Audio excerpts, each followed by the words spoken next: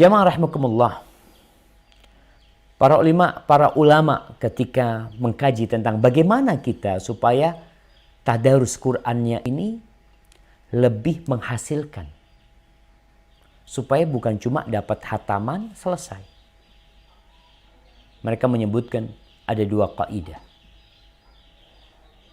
Ini metode untuk mengkaji atau tadarus Al-Quran Al-Karim. Yang pertama adalah al-qira'ah wat-tadabbur wat-tabassur.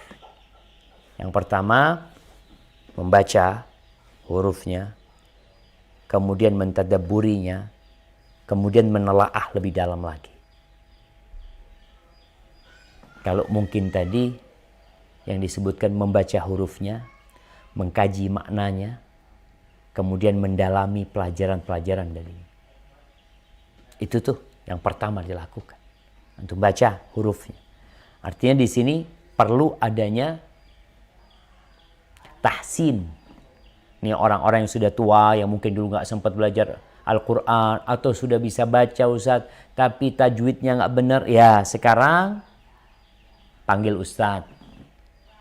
Kalau nggak bisa, sekarang kan kondisi COVID-19, ada yang bisa online ngaji sama Ustadz. Untuk mengkaji tentang tadi huruf-hurufnya, makhraj-makhrajnya supaya benar. Dibaca tuh. Kemudian maknanya, kemudian pelajaran-pelajaran dari dalamnya. Agar kita dapat nih secara sempurna yang berkaitan dengan kaidah pertama ini, harus ada dua hal yang dilakukan sama kita. Yang pertama, memastikan pemahaman yang benar. Maknanya, ilmunya itu harus benar. Supaya nggak salah, karena ada orang mengkaji Al-Quran Al-Karim kemudian menyimpang. Ada yang kemudian nggak sholat. Gara-gara dia baca Quran Al-Karim. Ana baca dalam Al-Quran Al-Karim. Aqimis sholata li dzikri. Dirikan sholat untuk mengingatku. Dan aku sudah ingat Allah. Jadi nggak perlu lagi yang namanya sholat. Muncul kemudian kelompok yang namanya iling. Yang penting ingat Allah Subhanahu Wa Taala. Nggak perlu sholat. Ini salah satu sebabnya karena dia membaca Al-Quranul Karim atau mendapatkan pemahaman dari gurunya tentang pemahaman yang salah dari Al-Quranul Karim.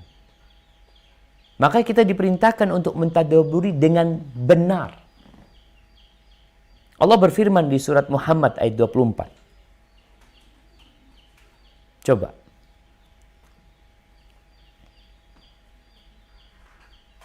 Surat Muhammad ayat 24.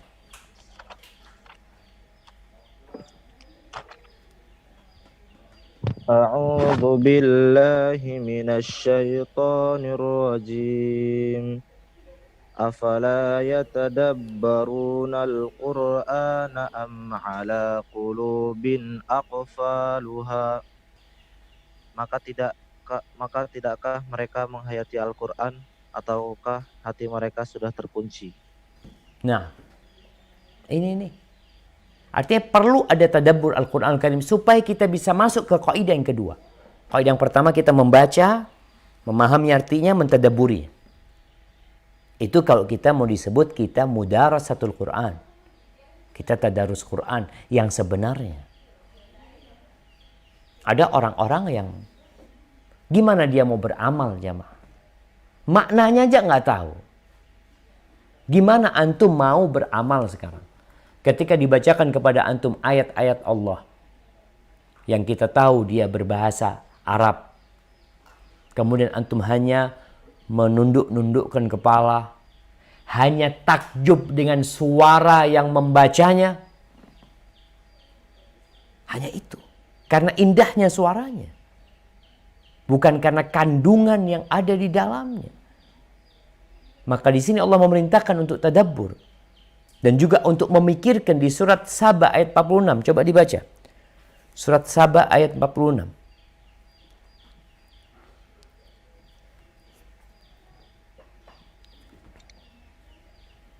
A'udzu billahi minasy syaithanir rajim. Qul innama a'idzukum biwahidah an taqumu lillahi masna wa furada thumma tatafakkaru ma ma bisahibikum min jinnah in huwa illa nadhirul lakum baina yaday adzabin syadid. Katakanlah, aku hendak memperingatkan kepadamu satu hal saja, yaitu agar kamu mencari kebenaran karena Allah dengan ikhlas, berdua-dua atau sendiri-sendiri. Kemudian agar kamu pikirkan tentang Muhammad, kawanmu itu tidak gila. Kawanmu itu tidak gila sedikit pun. Dia tidak lain hanyalah seorang pemberi peringatan bagi kamu sebelum menghadapi azab yang keras.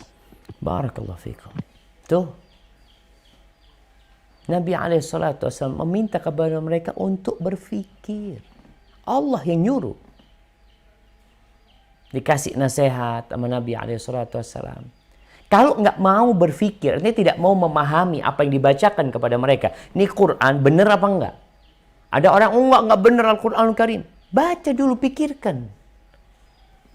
Masalahnya orang-orang itu nggak dapat hidayah karena mereka menjauh dari memaknai dan mentadabburi Al-Quranul Karim. Ya, seringkali ada pertanyaan, Ustadz bagaimana supaya nggak futur? Supaya imannya naik terus? Baca Qurannya. Pikirkan isinya. Tadabburi. Ini yang akan mengantarkan antum akan bertambah keimanannya dan akan mengamalkan isinya. Baik, itu yang pertama. Ini berkaitan dengan kaidah yang pertama tadi, jemaah. Yang kedua, berkaitan dengan kaidah yang pertama juga, berakhlak dengan akhlaknya Al-Quranul Karim. Berakhlak dengan akhlaknya Al-Quranul Karim. Dan itu Rasulullah SAW. Ketika datang ya orang-orang ke rumahnya Aisyah radhiyallahu taala anha, mereka bertanya tentang gimana sih perilaku Rasul sallallahu alaihi wasallam, apa sih yang dikerjakan oleh Nabi alaihi salatu wasallam ketika beliau di rumahnya, ngapain aja beliau. Aisyah radhiyallahu taala anha tidak panjang lebar, dia hanya mengatakan kana khuluquhul Quran. Perilaku Nabi alaihi salatu wasallam itu Quran. Beliau seakan-akan Quran yang berjalan, yang jadi contoh untuk umat manusia. Makanya kalau ada muslim kemudian orang-orang mengatakan, masa Islam kayak gitu? Ya memang dia tidak memberikan contoh bagaimana Islam yang sebenarnya.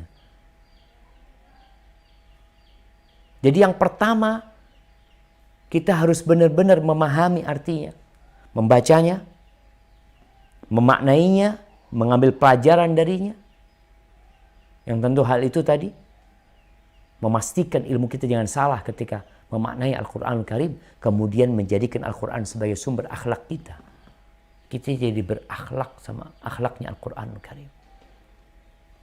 Kalau berkaitan dengan akidah, berkaitan dengan muamalah, birrul walidain, urusan ekonomi, urusan politik, urusan hukum, Quran. Akhlaknya dia Quran. Ini buat orang yang beriman. Kalau engkau mengaku bertadarus mengkaji Al-Quran seperti ini.